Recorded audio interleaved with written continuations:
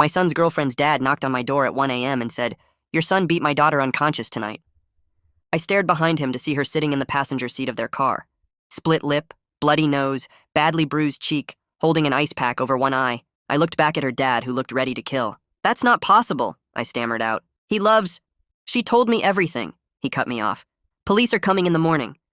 He slammed the door and walked away. I immediately ran upstairs to check on Ryder. He was asleep, but I turned on the light anyway.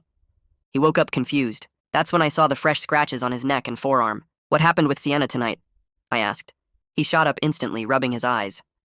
Nothing. We had a fight. I dropped her home. That's it." "What kind of fight?" I pressed him.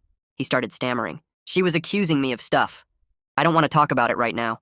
His voice was defensive. I noticed his knuckles, red and bruised. The police showed up at 9 a.m. the next morning. A detective knocked on the door with 2 officers behind him. "We have a warrant for Ryder's arrest." Ryder came downstairs in his pajamas. He saw the police and went pale. "Dad, what's happening?" The detective read him his rights. "The victim identified you. Neighbors heard screaming from your car around 7 last night." "Dad, I swear I didn't—" Ryder was panicking. The officer cuffed his hands behind his back. I watched them walk my son to the police car. I stood in my doorway thinking about the scratches, the bruises on his knuckles, the fight he wouldn't elaborate on. I visited Ryder in jail that afternoon. He was sitting on a metal bench looking terrified. "Dad, you have to believe me. I didn't hit her." "Then explain why she looks beat up. Explain the scratches and bruises on your knuckles." He leaned forward. "We fought in the car. She was yelling. I was yelling back. She hit me and I grabbed her wrist to stop her. That's where the scratches came from. I swear I dropped her home at 7:30 and left." I wanted to believe him, but Sienna's dad was already filing charges. He hired a lawyer. I talked to our lawyer the next day. She told me Sienna's testimony was bad. Sienna said Ryder drove her somewhere isolated, beat her within an inch of her life, then dumped her near her house around 10 at night. The neighbor already confirmed hearing them argue at 7. "What about the bruises on his knuckles?" I asked. The lawyer looked at her notes. "Ryder claims he punched his steering wheel after dropping her off because he was so angry." Everything he said sounded like an excuse. I went back to see Ryder. He was desperate now. "Dad, I'll take a lie detector test. Please, check my phone, my car. I didn't do it." "Then why is she saying this?" Ryder broke down. "I don't know. Maybe she's scared and confused. Maybe someone's threatening—" "I'll believe you," I cut him off. "But if you're lying to me—" "Dad, I love her," he interrupted. "I would never hit her. You know me." Ryder's behavior had changed now. He wasn't defensive anymore, rather genuinely desperate to prove his innocence. And as a father, I couldn't not trust my son. I decided to investigate myself. I drove to Sienna's neighborhood and knocked on doors. The neighbor 2 doors down, a sweet lady in her 80s, had a Ring camera. I asked her for the footage and she happily obliged. The camera showed Ryder's car dropping Sienna off at 7:35. I watched anxiously as Sienna got out of the car and walked away from her house. Ryder drove off in the opposite direction. Then at 9:45, a different car pulled up. Sienna got out of this car stumbling. She was heavily bruised and beaten now, falling to the ground and crawling to her door. I zoomed in on the footage but couldn't make anything out. Was this someone else, or had Ryder used someone else's car to make himself look innocent? I brought the footage to the police station either way. The detective watched the footage twice and called Sienna and her father in for a second interview. I sat behind the glass watching. The detective showed Sienna the footage. "We have video of you arriving home at 9:45 from a different vehicle. You looked injured in this footage. Who drove you home at 9:45?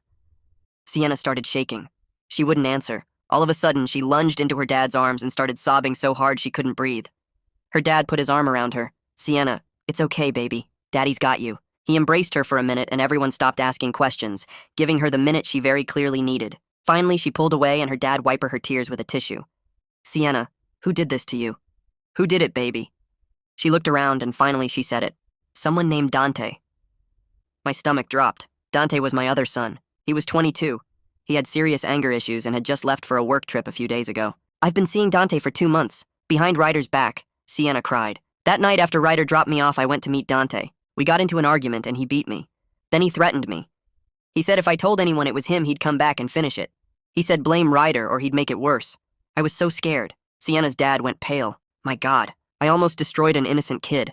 The detective looked at me. "Where is Dante now?" I fumbled for my phone with shaking hands. "He's supposed to be on a work trip, but I don't know exactly where." My voice came out weak and unsteady. The detective reached across the table and put his hand over my phone.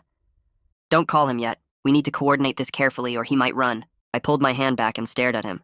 My brain was trying to catch up with what was happening.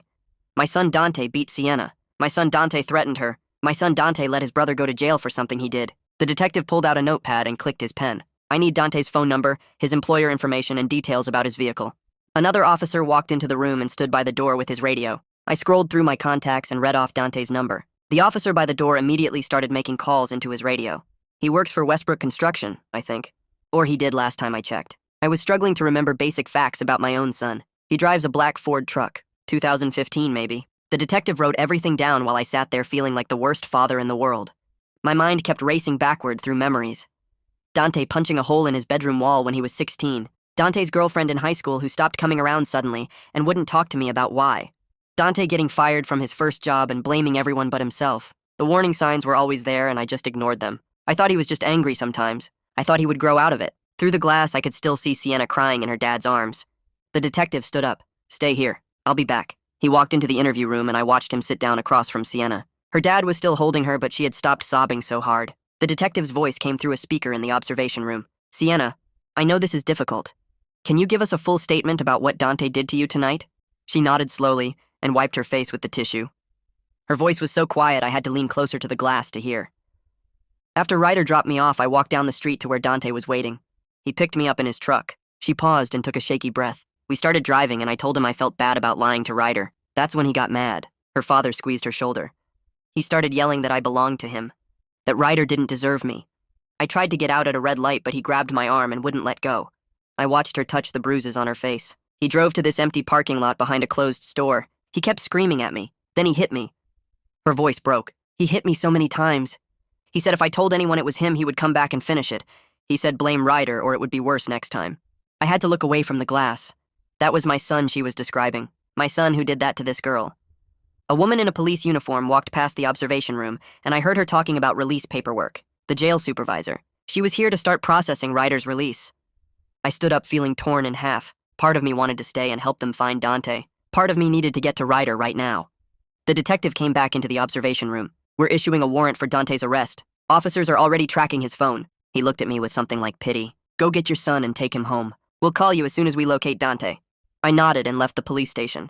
My hands were still shaking when I got in my car. The jail was only 10 minutes away, but it felt like the longest drive of my life. I kept rehearsing what I would say to Ryder. Sorry didn't feel like enough. Sorry didn't erase the jail cell. Sorry didn't undo the terror he must have felt. I pulled into the jail parking lot and walked inside. The woman at the front desk checked my ID and made me wait in a plastic chair. 20 minutes passed, then 30. Finally, a guard brought Ryder through a metal door. He looked so small. His eyes were empty and scared in a way I had never seen before. The orange jail uniform hung loose on his frame. We walked to the car in silence. I wanted to hug him, but something in his body language told me not to touch him. The drive home was quiet except for the sound of the engine. Ryder stared out the window at nothing. I tried to say something. Ryder, I'm so sorry. I should have believed you from the start. He flinched away from me like I had tried to hit him. His jaw was clenched tight. We got home and Ryder walked straight upstairs to his room. I heard the lock click. I stood outside his door listening. After a few minutes, I heard him crying. Not loud sobbing, but quiet, broken sounds that were somehow worse. I put my hand on the door and felt destroyed. My son Dante did this. My son Dante put his brother through hell. My son Dante beat a girl and threatened her into lying. And I almost didn't believe Ryder when he swore he was innocent. I went downstairs and sat on the couch staring at my phone. 2 hours passed. The detective's number appeared on my screen, and I answered before the first ring finished. We tracked Dante's phone to a motel 3 states away. Local police are moving in to arrest him now. My stomach dropped. This was real. My son was a fugitive who beat his brother's girlfriend and made her blame someone else. I'll call you when we have him in custody. The detective hung up. I sat there feeling sick. 40 minutes later, my phone rang again. Dante is in custody. No incident during the arrest. He'll be extradited back within 48 hours. The detective paused. When we first approached him, he claimed he didn't know what this was about. The moment we mentioned Sienna's name, he asked for a lawyer. I thanked him and ended the call. I walked back upstairs and knocked on Ryder's door. Ryder, can we talk? Nothing. I knocked again. Ryder, please. Still nothing. I could hear him breathing on the other side of the door, but he wouldn't respond to my voice. I went back downstairs and called my sister, who works as a social worker. She answered on the 3rd ring. I need help. Ryder was falsely accused and spent time in jail. He's not talking to me. He won't come out of his room. My sister was quiet for a moment. There's a therapist named Gracie Shepard who specializes in trauma and false accusation cases. I'll text you her number. I thanked her and hung up. The house felt too quiet. Ryder was locked in his room. Dante was in a jail cell 3 states away. And I was sitting alone trying to figure out how everything fell apart so fast. That night, I laid in bed staring at the ceiling. Sleep wouldn't come. My brain kept replaying everything. Dante had anger problems when he was younger, but I thought he got better. I remembered the holes he punched in our walls when he was 16, 3 different times. I made him patch them and figured it was just teenage stuff. His girlfriend back in high school stopped coming around suddenly. I asked him why, and he said she was crazy and blamed him for everything. I believed him. When things went wrong, Dante always had someone else to blame. His boss was unfair. His friends betrayed him. Girls led him on. I kept making excuses for him instead of seeing the pattern. I got up around 6 because there was no point pretending I could sleep. Made coffee and sat at the kitchen table feeling sick. Around 8, there was a knock on my door. I opened it and found Sienna's father standing on my porch. He looked awful. Dark circles under his eyes. His clothes wrinkled like he slept in them. We both just stood there for a minute. Finally, he spoke. I need to apologize. I almost destroyed your son. I was so sure Ryder did it. I shook my head. I'm sorry Dante hurt Sienna.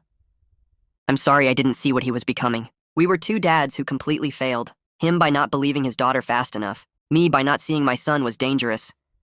He rubbed his face with both hands. Sienna is terrified. She thinks Dante will get out somehow and come finish what he started. She barely sleeps. Won't leave the house. I felt my stomach drop. I promise I'll do everything I can to make sure he's held accountable. Saying it out loud felt like betraying Dante, but I meant it. Sienna's father nodded and walked away. I went back inside and called a lawyer my sister recommended, Finn Shepard.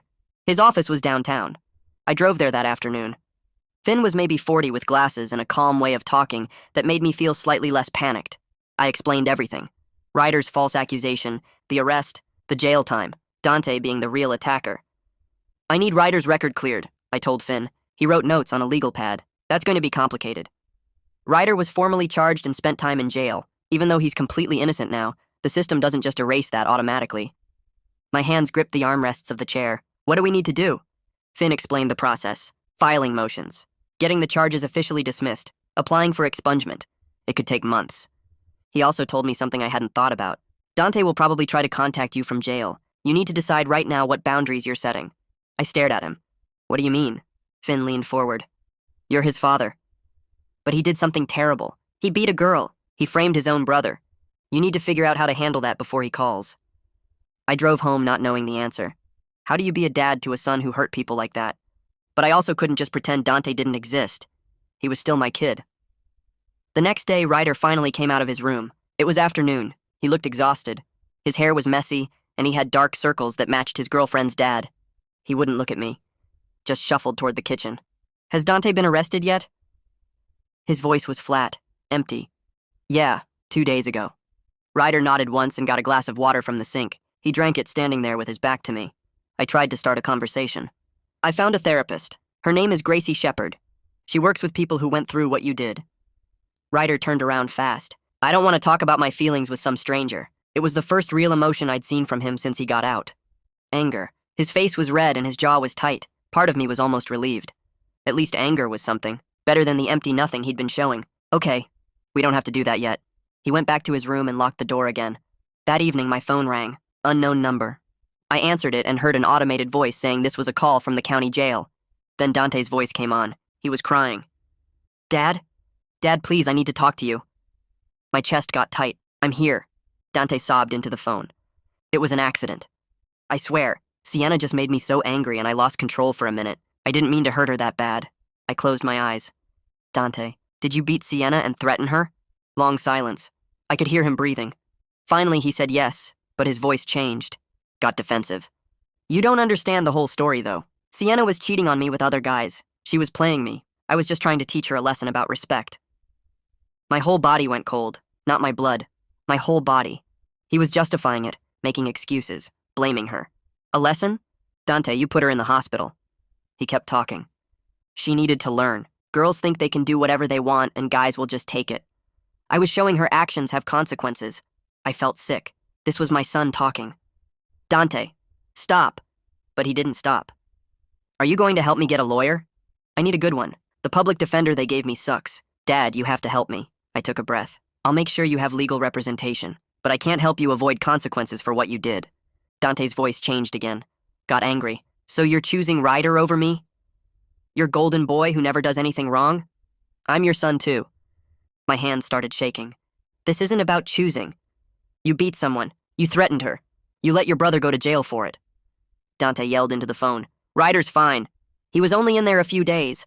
Sienna is fine too. Everyone is being so dramatic about this. I couldn't listen anymore. I hung up. My hands were shaking so hard I almost dropped the phone. I sat there on the couch trying to breathe. That was my son. I raised him, and he had no idea what he did was wrong. The next morning, the prosecutor called while I was making coffee. She introduced herself and said they were charging Dante with assault and battery, witness intimidation, and making terroristic threats. Her voice was professional and direct. She explained that with Sienna's testimony and the video evidence from the neighbor's camera, they had a strong case against Dante. But then she said they needed Ryder to testify about the scratches on his neck and the false accusation.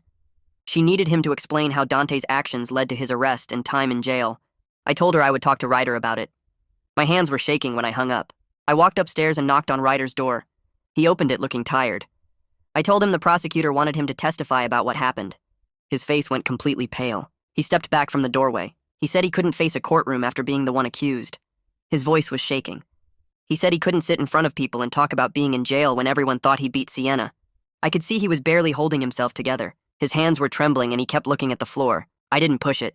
I told him we didn't have to decide right now.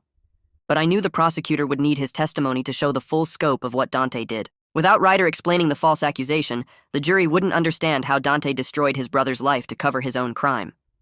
I left Ryder alone and called Finn to set up a meeting. 2 days later, I sat in Finn's office going over paperwork. The office was small with law books lining the walls and a desk covered in folders. Finn explained that getting Ryder's arrest record sealed and expunged would take months of paperwork and court filings. He said even after it was done, the experience would still be part of Ryder's reality forever. The trauma didn't just disappear because the charges were dropped. We also talked about filing a civil suit against Dante on Ryder's behalf for the emotional damage. Finn warned me that collecting any money would be difficult since Dante would be in prison and had no assets. But he said sometimes having a legal judgment mattered more than the money. It was about making the harm official and documented. I signed the papers authorizing Finn to start the process. He told me Dante had been extradited back, and his arraignment was set for the following week. I could attend if I wanted, but Finn advised me to stay away. He said my presence might be used by Dante's public defender to argue he had family support and wasn't a danger to the community. I didn't know what to do. Part of me needed to see Dante in person, but I also didn't want to help his case in any way. That night I woke up to screaming. It took me a second to realize it was coming from Ryder's room. I ran down the hall and burst through his door. Ryder was tangled in his sheets, sweating and crying. His eyes were closed, but he was yelling about being trapped in a cell. He kept saying he didn't do it over and over.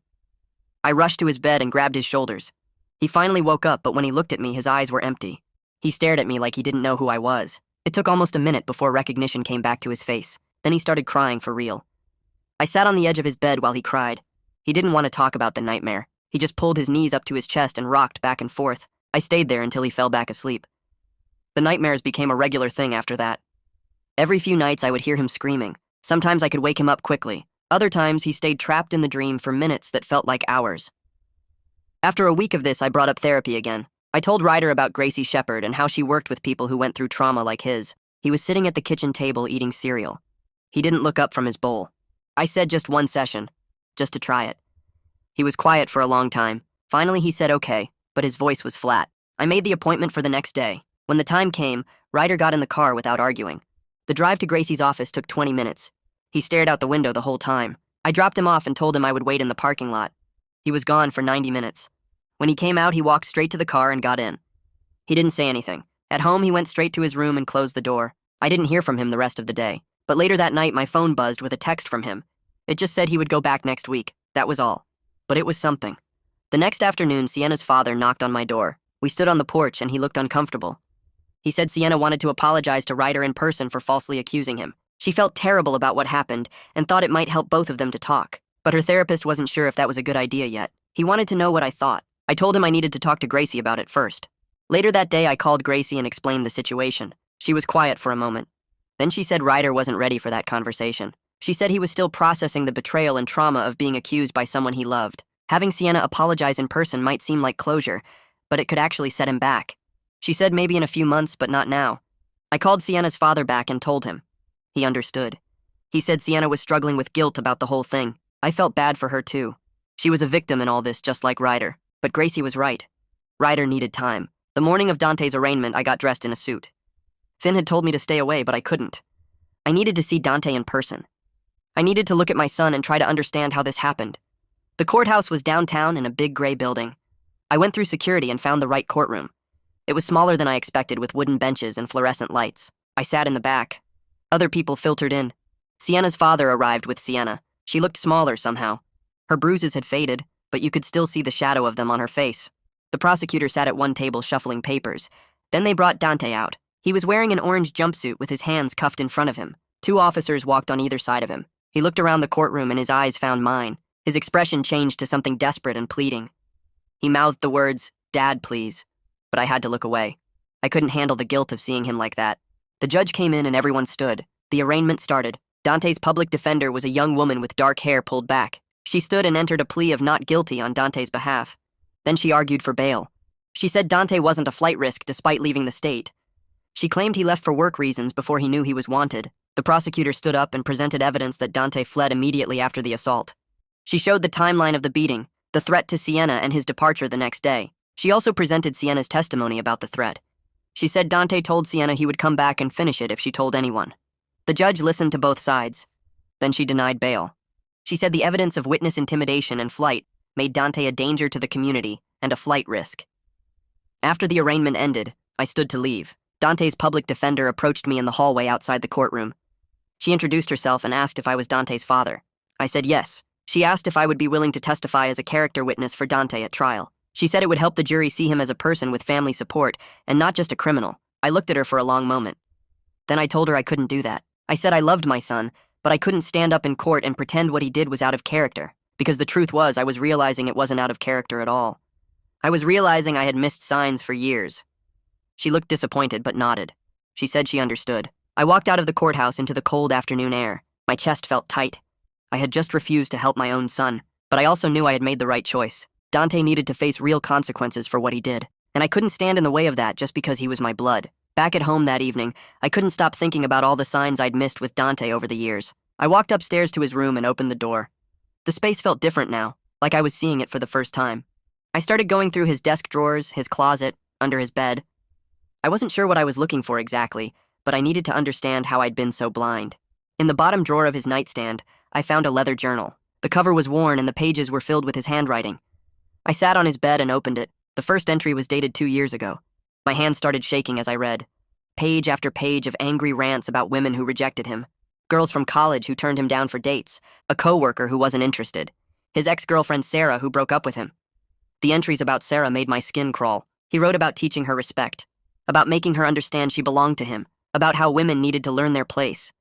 There were detailed descriptions of arguments they'd had where he grabbed her arms hard enough to bruise. He wrote about following her after they broke up to see who she was dating. The last entry about Sarah said he'd shown up at her apartment at midnight and pounded on the door until her new boyfriend threatened to call the police. I felt sick reading it. This wasn't just anger issues. This was a pattern of control and violence going back years. I closed the journal and sat there for a long time. Then I called Finn and asked if I could bring something to his office in the morning. The next day, I drove to Finn's office with the journal in a folder on my passenger seat. His secretary let me in, and I sat across from his desk. I slid the journal across to him without saying anything. He opened it and started reading. His expression got more serious with each page. After about 10 minutes, he looked up at me. He said this could be relevant evidence showing a pattern of behavior. But he also said using it meant betraying Dante's privacy. It could make his case significantly worse. He asked if I understood what turning this over to the prosecutor would mean. I told him I understood. But then I took the journal back home with me because I couldn't make the decision right away. For 3 days, I kept the journal in my car. I'd drive to the prosecutor's office and sit in the parking lot. Then I'd drive home without going in. I kept thinking about Dante as a little kid.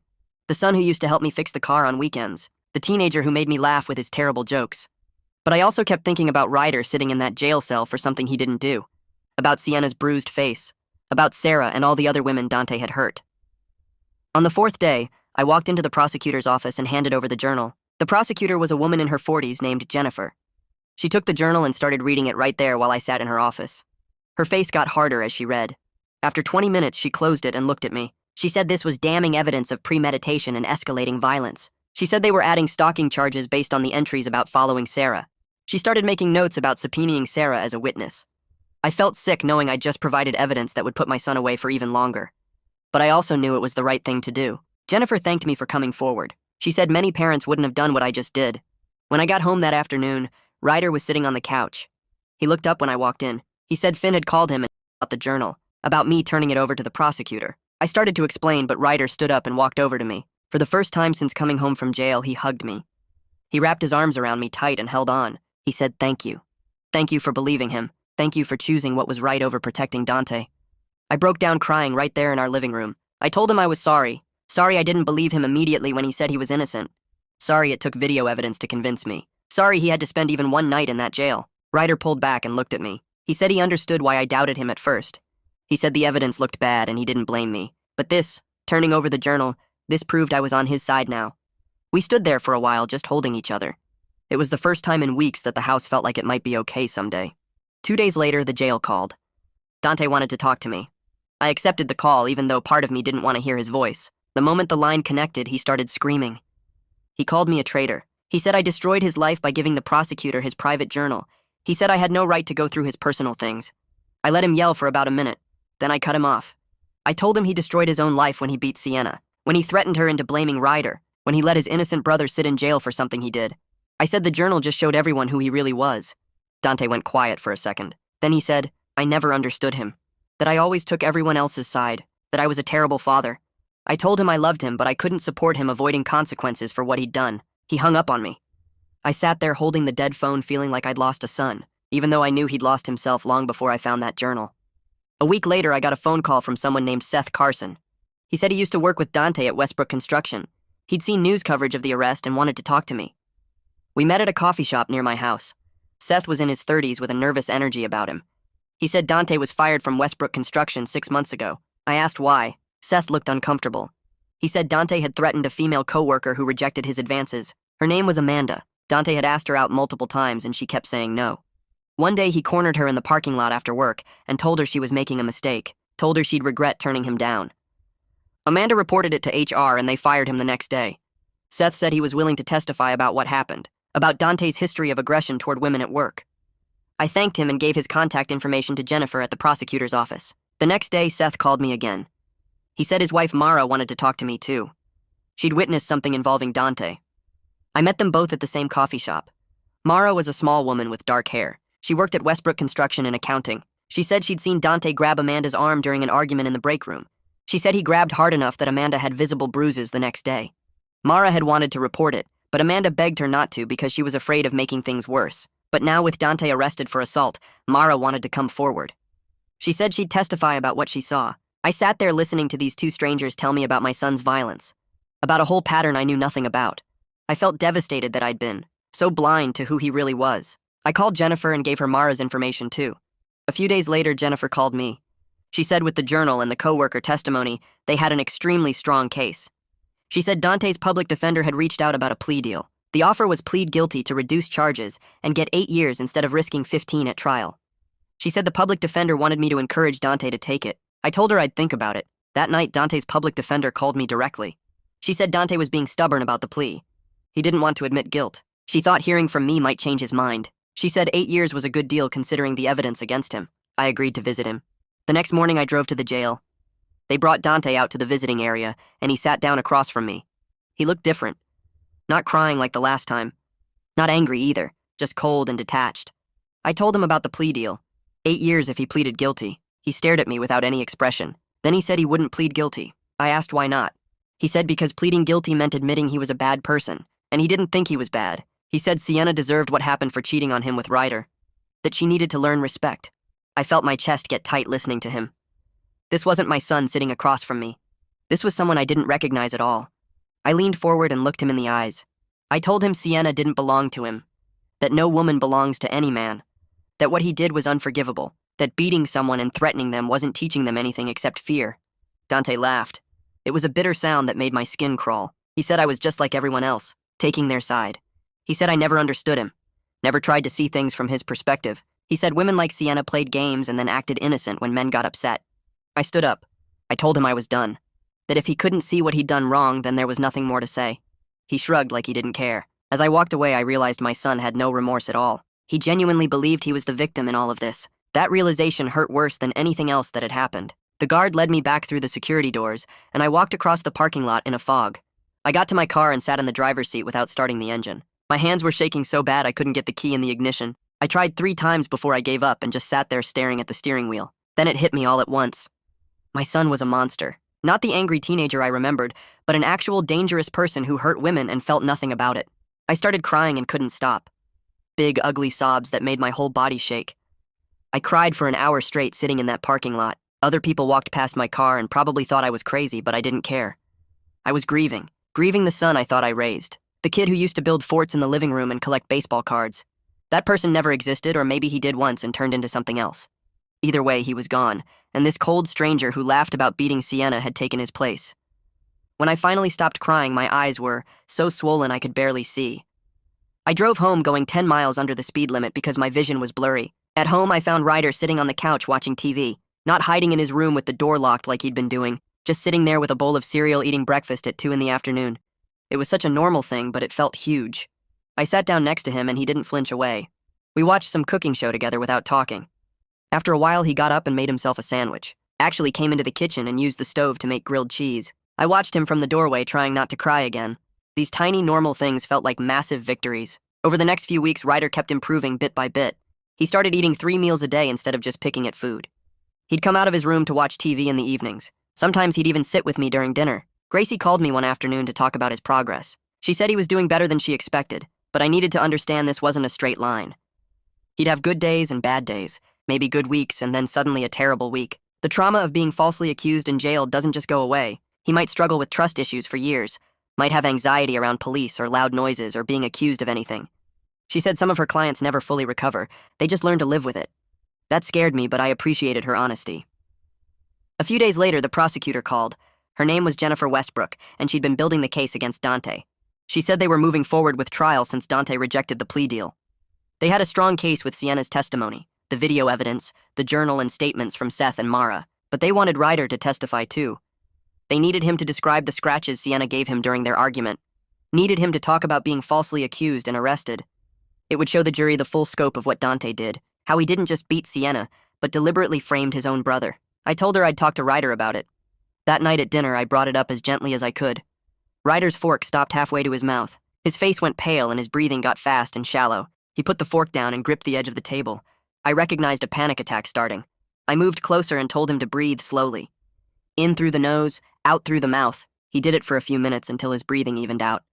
Then he asked in this small voice if he had to testify. I said no. Nobody could force him, but it would help make sure Dante got convicted. He stared at his plate for a long time. Finally, he said he'd do it. He said if he could survive 3 days in jail for something he didn't do, he could survive telling the truth in court. He wanted Dante held accountable. He wanted everyone to know what really happened. Over the following week, Finn worked with Gracie to prepare Ryder for testimony. They did practice sessions at Finn's office where Finn would ask him questions like a lawyer would in court. Ryder struggled hard with it. He'd start answering and then freeze up. Or he'd get through a few questions and then have to take a break. Gracie sat with him during the sessions and helped him use breathing techniques when he got overwhelmed. Finn was patient and kept telling him he was doing great. They practiced describing the argument with Sienna, the scratches she gave him, finding out he was accused, the arrest, the jail cell. Every time Ryder had to say it out loud, he looked like he was reliving it. His hands would shake and his voice would crack, but he kept pushing through. He told Finn that testifying felt like taking back some control. Dante had taken everything from him for 3 days, made him feel helpless and scared. Getting on that stand and telling the truth felt like fighting back. 2 weeks before the trial date, Dante's public defender called me. She said Dante wanted to change his plea. He was willing to plead guilty in exchange for 10 years instead of risking 15 at trial. She explained that seeing the full witness list and all the evidence made him realize he'd lose. The journal alone was damning. Add in Sienna's testimony, the video, Seth and Mara and Ryder, and there was no way a jury would find him not guilty. 10 years was better than 15. She said the prosecutor was considering it. They'd have to run it by Sienna and her father first. But if everyone agreed, there wouldn't be a trial. She asked if I'd support the plea deal. I said I'd think about it and hung up. Then I just sat there feeling torn in half. Part of me was relieved. No trial meant Ryder wouldn't have to testify, wouldn't have to sit in a courtroom and relive his worst nightmare in front of strangers. But another part of me was devastated. My son was going to prison for a decade. He'd be 32 when he got out. I'd missed 10 years of his life. He'd missed 10 years of everything. I called Finn and told him about the plea offer. Finn said it was probably the right move. Trials are unpredictable, and this way there's certainty. Dante would definitely go to prison and Ryder wouldn't have to testify. He reminded me that Dante made his own choices. He chose to beat Sienna, chose to threaten her, chose to frame Ryder. Now he was facing the consequences he earned. Those were hard words to hear, but they were true. 3 days later, we all gathered at the courthouse for the plea hearing. Me, Finn, Sienna and her father, the prosecutor, and Dante with his public defender. Ryder stayed home because Gracie said he wasn't ready to see Dante in person. The judge called the case and asked Dante how he pleaded. Dante stood up in his orange jumpsuit and said guilty. The judge asked if anyone forced him to plead guilty, and he said no. Then came the allocution. That's where the defendant has to describe their crimes out loud in court. The judge asked Dante to explain what he did. Dante looked down at the table and started talking in this flat voice. He said on the night in question he picked up Sienna after his brother dropped her off. They got in an argument in his car about her seeing other guys. He lost his temper and hit her multiple times in the face, punched her in the eye and split her lip. When she tried to get out of the car, he grabbed her and hit her again. Then he threatened her. Told her if she said anything, he'd come back and hurt her worse. Told her to blame his brother Ryder instead. He said he knew his brother had argued with Sienna earlier that night and had scratches from when she hit him. So he told Sienna to say Ryder beat her. After that, he drove her near her house and dropped her off. Then he left town the next day because he knew the police would come looking. Hearing it in his own voice made it undeniably real. This wasn't speculation or testimony from other people. This was Dante admitting what he did. Admitting he beat a girl he claimed to care about. Admitting he framed his own brother for it. I watched him say all of it without showing any emotion. The judge accepted the plea and scheduled sentencing for 3 weeks later. She said she'd hear victim impact statements at that time. Then she remanded Dante back to jail until sentencing. The bailiff led him away and he didn't look at me once. After it was over, I walked out into the hallway. Sienna's father was standing by the windows looking exhausted. We made eye contact across the hallway. Both of us looked completely drained. Our families had been destroyed by Dante's violence. His daughter was traumatized. My innocent son was traumatized. And my other son was going to prison for 10 years. We didn't say anything, just nodded at each other with this sad understanding, and then walked away in opposite directions. A week after the plea hearing, Sienna's therapist gave her permission to write Ryder a letter. Sienna's father called to ask if that was okay, and I said I'd talk to Ryder about it. Ryder said he was willing to read it. The letter came 2 days later. Ryder took it to his room and closed the door. I didn't see him for 3 hours. When he finally came out, his eyes were red, but he looked calmer somehow. He said the letter helped a little. Knowing Sienna was forced and scared, knowing she didn't want to accuse him, but was too frightened of Dante to tell the truth. It didn't erase what he went through, didn't undo the terror of being arrested or the trauma of jail, but it helped him understand she was a victim too. That she wasn't trying to hurt him, she was just trying to survive.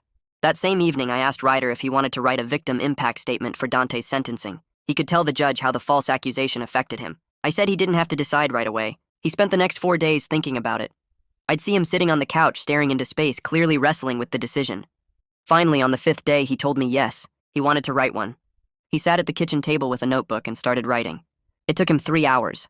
When he was done, he had 4 pages. He wrote about the terror of being arrested for something he didn't do, about the police putting handcuffs on him while his dad watched, about sitting in that jail cell for 3 days not knowing if anyone would believe him, about the nightmares he still had where he was trapped behind bars, about the panic attacks when he heard sirens, about not being able to trust people anymore because his own brother had betrayed him in the worst possible way. He wrote about how Dante didn't just hurt Sienna, he tried to destroy Ryder's entire life to cover up what he did. He wrote that he'd never forgive Dante for that. Never. Sienna's father called me 2 days later to say Sienna had also written a victim impact statement. His voice sounded tired on the phone. He told me she was in intensive therapy 3 times a week and still having nightmares every night. The therapist said Sienna might never fully recover from what Dante did to her. Not just the physical beating, but the fear he put in her. The way he threatened to come back and finish it if she told anyone. Sienna's father said his daughter flinches when doors open too fast. She can't be alone in a room with a man anymore, even him sometimes. I listened and felt sick knowing my son caused that damage to a 17-year-old girl. After we hung up, I sat at my kitchen table staring at a blank piece of paper. I needed to write my own statement for the sentencing hearing. As Dante's father, I had the right to speak. But what could I possibly say? I picked up my pen and started writing. It took me 4 hours to get through 2 pages. I wrote about loving Dante since the day he was born, about changing his diapers and teaching him to ride a bike and being proud when he graduated high school. But I also wrote that love doesn't excuse what he did, that Sienna deserved justice and Ryder deserved justice, and Dante needed to be held accountable. I wrote that I supported the prosecution and believed my son should face real consequences for his actions. The hardest part was the last paragraph where I admitted I'd always love him despite everything, but that didn't mean I thought his sentence was unfair. I read it over 3 times and cried each time. This statement felt like giving up on Dante, but I knew it was the right thing to do. The phone rang at 9 p.m. the night before sentencing. The jail number showed on my screen. I answered and heard Dante's voice. He asked if I was coming to court tomorrow. I told him yes because he was still my son. There was silence on the other end for a few seconds. Then Dante asked if I was going to speak on his behalf. I said no, that I wrote a statement supporting accountability. Dante's voice got cold. He said he understood, that I was just like everyone else, choosing Ryder over him. I told him that wasn't true, that I loved him, but couldn't support him avoiding consequences for beating Sienna and framing his brother. Dante laughed this bitter, angry laugh and said I'd regret abandoning him. Then he hung up before I could respond. I sat holding the phone feeling like I'd just lost my son, even though he was still alive. The sentencing hearing started at 10 a.m. I sat in the back row of the courtroom. Sienna and her father sat up front on the left side. Ryder sat with Finn on the right side. The bailiff brought Dante out in an orange jumpsuit with his hands cuffed in front of him. He looked thinner than the last time I saw him. His hair was longer and messy. The judge entered and everyone stood. She was a woman in her 50s with gray hair pulled back tight. She told everyone to sit and opened the file in front of her. The prosecutor stood and said they had 3 victim impact statements to present. First was Sienna's statement. The prosecutor read it out loud. Sienna described Dante picking her up after Ryder dropped her off that night. How they drove to a parking lot and started arguing. How Dante grabbed her by the throat and started hitting her face over and over. How she begged him to stop and he just kept going. She wrote about the fear when he threatened to kill her if she told anyone it was him. About how he said to blame Ryder or he'd come back and make it worse. About the nightmare she has now where she's trapped in that car and can't escape. I watched Dante's face while the prosecutor read. He stared straight ahead, showing nothing. No emotion at all. Next was Ryder's statement.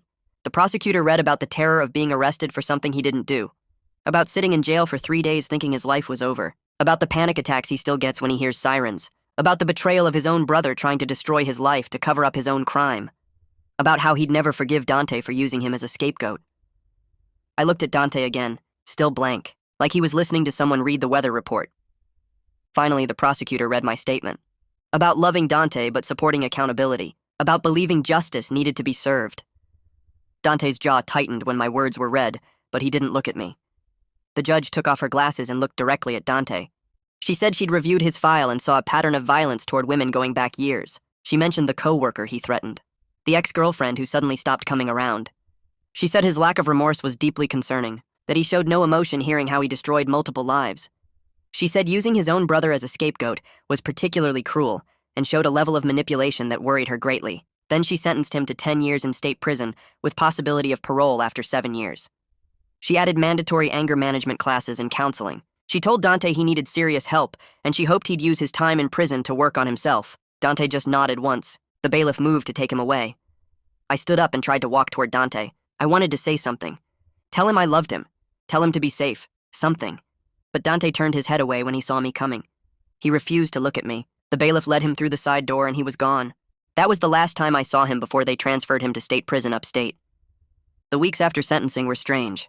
I focused all my energy on helping Ryder heal. Finn worked on getting Ryder's arrest record fully expunged. He filed paperwork with 3 different courts. He said it would take a few months, but eventually Ryder's record would be completely clean.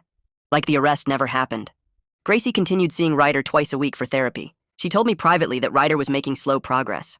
That trauma like this takes years to process. But she saw signs he was starting to cope better, starting to trust again in small ways. Ryder came to me one afternoon and said he'd been thinking about college. He said he wasn't ready to go this fall. Too many people. Too much pressure. He wanted to take a gap year. Maybe do some online classes. Work part-time when he felt ready. I told him I supported whatever he needed, that there was no rush. He could take all the time he needed to heal. His relief was obvious, like he'd been worried I'd push him to go anyway. Sienna's father and I started meeting for coffee every few weeks. It sounds weird, but we developed this unlikely friendship. We were the only 2 people who really understood what happened, what our families went through. We'd sit at the coffee shop and talk about our kids, about how they were doing, about how hard it was to watch them struggle. He told me Sienna was doing better some days and worse others, that healing wasn't a straight line. I told him the same about Ryder. We never talked about Dante much. That topic was too painful for both of us. But having someone who understood helped, made me feel less alone in this nightmare. 3 months after Dante's sentencing, Ryder told me he'd had his first full week without nightmares. I was making breakfast when he said it, just casual like he was commenting on the weather. But I could see in his eyes how big that was for him.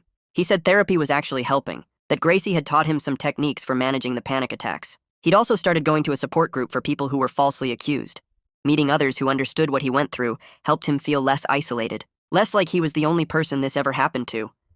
I hugged him and told him I was proud of how hard he was working to heal. He hugged me back, and for the first time in months, it didn't feel like he was going to break. I started writing to Dante at the state prison about a month after his transfer. Short letters on lined notebook paper telling him I loved him, but that he needed to take responsibility and work on himself through the programs they offered. I mailed 1 letter every month like clockwork. He didn't write back for 4 months, and I kept sending them anyway because he was still my son. When his first letter finally arrived, I opened it at the kitchen table with shaking hands. The handwriting was messy and angry. He wrote 3 pages blaming everyone but himself. Sienna for cheating, Ryder for being the favorite, me for not understanding him. The words were defensive and bitter, and I folded the letter back up feeling sick. Meanwhile, Finn was making progress on getting Ryder's arrest record dealt with. He filed motions in 3 different courts and paid fees and submitted paperwork for weeks. 2 months after Dante's sentencing, Finn called with good news. The record was officially sealed and expunged. Background checks wouldn't show the arrest. Legally, Ryder could say he'd never been arrested. Finn said it was a small victory, but an important one for Ryder's future job prospects and college applications. I told Ryder that afternoon and watched relief wash over his face. He said it felt like one piece of the nightmare was finally erased, even though he knew he'd always remember it. Around the same time, Ryder started taking online classes through the community college. Just 2 classes to start. Introduction to Psychology and American Government. He'd sit at the kitchen table with his laptop doing assignments and reading textbooks. One day he told me he'd been looking into criminal justice reform programs. Stuff about false accusations and wrongful imprisonment. He said reading about other people's experiences helped him feel less alone. I mentioned it to Gracie during one of our check-ins, and she said it was actually really healthy. She said Ryder was channeling his trauma into something meaningful instead of letting it destroy him. 6 months after everything happened, Gracie brought up the idea of Ryder meeting with Sienna in person. Both their therapists would be present. Ryder was hesitant at first, but eventually agreed. The meeting happened at Gracie's office on a Tuesday afternoon. I drove Ryder there and waited in my car in the parking lot. He was inside for over an hour. When he came out, his eyes were red from crying, but he looked lighter somehow. He got in the car and told me it gave him closure, hearing Sienna's full story directly from her. Seeing that she was working hard to heal too, understanding that they were both victims of Dante in different ways. He said they talked about the night everything happened and about the 2 months she'd been secretly seeing Dante. She told him about the threats Dante made, how scared she was, how sorry she was for what Ryder went through because of her fear. Ryder said he told her he understood why she did what she did and that he forgave her. They both cried a lot, according to him. Gracie told me later that it went as well as could be expected, that Ryder and Sienna wouldn't ever be friends again, but they'd reached a place of mutual understanding and forgiveness. They both acknowledged they were victims of Dante's violence and manipulation in different ways. That recognition seemed to matter to both of them. 8 months after Dante's sentencing, I finally worked up the courage to visit him in prison. The drive upstate took 3 hours. I had to go through security and get searched and leave my phone in a locker. They led me to a visiting room with plastic tables and chairs bolted to the floor. Dante came out in prison blues looking different, harder somehow. His face was thinner and his eyes were cold. We sat across from each other and the conversation felt stilted and uncomfortable. I asked how he was doing and he shrugged. Said prison was what you'd expect. I asked about the anger management classes the judge ordered, and he said yeah, he'd been going. He admitted he had a lot of work to do. His voice was flat when he said it. Not defensive like his letter, but not genuine either. Just going through the motions. Before I left, he told me something that surprised me. He said he'd been reading books about abuse and control from the prison library. That he was starting to understand what he did to Sienna wasn't about love, but about power. About needing to control her. It was the first time he'd shown any real insight into his actions. I didn't trust it completely because it felt rehearsed, but it was something. A crack in the wall he'd built around himself. I drove home thinking about that conversation for hours. Back home, Ryder was making his own progress. He got a part-time job at a bookstore in town, just 15 hours a week shelving books and working the register. He came home after his first week and told me about a coworker named Archer who was around his age. They'd started talking during breaks about books and movies. Archer didn't know anything about what happened to Ryder. He just treated him like a normal person without pity or awkwardness. Ryder said having someone interact with him that way helped him feel like a regular person again instead of a victim. He started going to movies with Archer on weekends, slowly rebuilding a social life outside of therapy and family. 1 year after Dante's sentencing, I looked around at our family and realized we'd found a new normal. It was complicated and imperfect, but it was something. Ryder was doing well in his online classes. He'd completed 4 courses and was talking about applying to the state university for the following fall. He wanted to study criminal justice with a focus on reform. The trauma had changed him, but he was turning it into purpose. I was proud of how hard he'd worked to heal. I kept up my monthly visits to see Dante. The drive became routine. Our relationship would never be what it was before, but I was his father, and I couldn't abandon him completely. He was making slow progress in his therapy according to the counselor I'd spoken with. He'd actually written apology letters to both Ryder and Sienna. The prison counselor helped him draft them over several weeks. Ryder showed me his letter. It was 2 pages of Dante taking responsibility and expressing remorse. Ryder said the words meant something, but they couldn't undo the damage. He'd filed the letter away in his desk drawer. I knew Sienna had received hers too through her father. Whether she read it or not wasn't my business. The apologies were a step, but only a small one in a very long journey. Sienna's father told me during one of our coffee meetings that she was doing better. She'd gone back to the school and was working with a therapist who focused on helping people recover from assault. He said she was taking it day by day but making real progress. A few months later, he mentioned she'd started seeing someone new, a guy from her college classes who treated her with respect and patience. She still had hard days where the memories hit her, but she was building a real life beyond what Dante did to her. Her father said watching her heal gave him hope after everything that happened. One night, about 18 months after the whole thing started, Ryder came into the living room while I was watching TV. He sat down next to me and was quiet for a minute before speaking. He told me he was grateful the truth came out even though the process was horrible. He said living under a false accusation would have destroyed him worse than the temporary jail time did. I listened as he explained how therapy helped him understand that what happened wasn't his fault. We sat there for a while just being together. I realized we were all moving forward in our own ways. We carried scars, but we weren't letting them define us completely. Ryder was building toward college and a future in criminal justice. Sienna was healing and finding happiness again with someone who treated her right. Dante was serving his time, and maybe starting to understand what he did. I was learning that being a father sometimes means accepting painful truths about your children while still loving them through the consequences of their choices. None of it was easy or perfect, but we were surviving, and that had to be enough.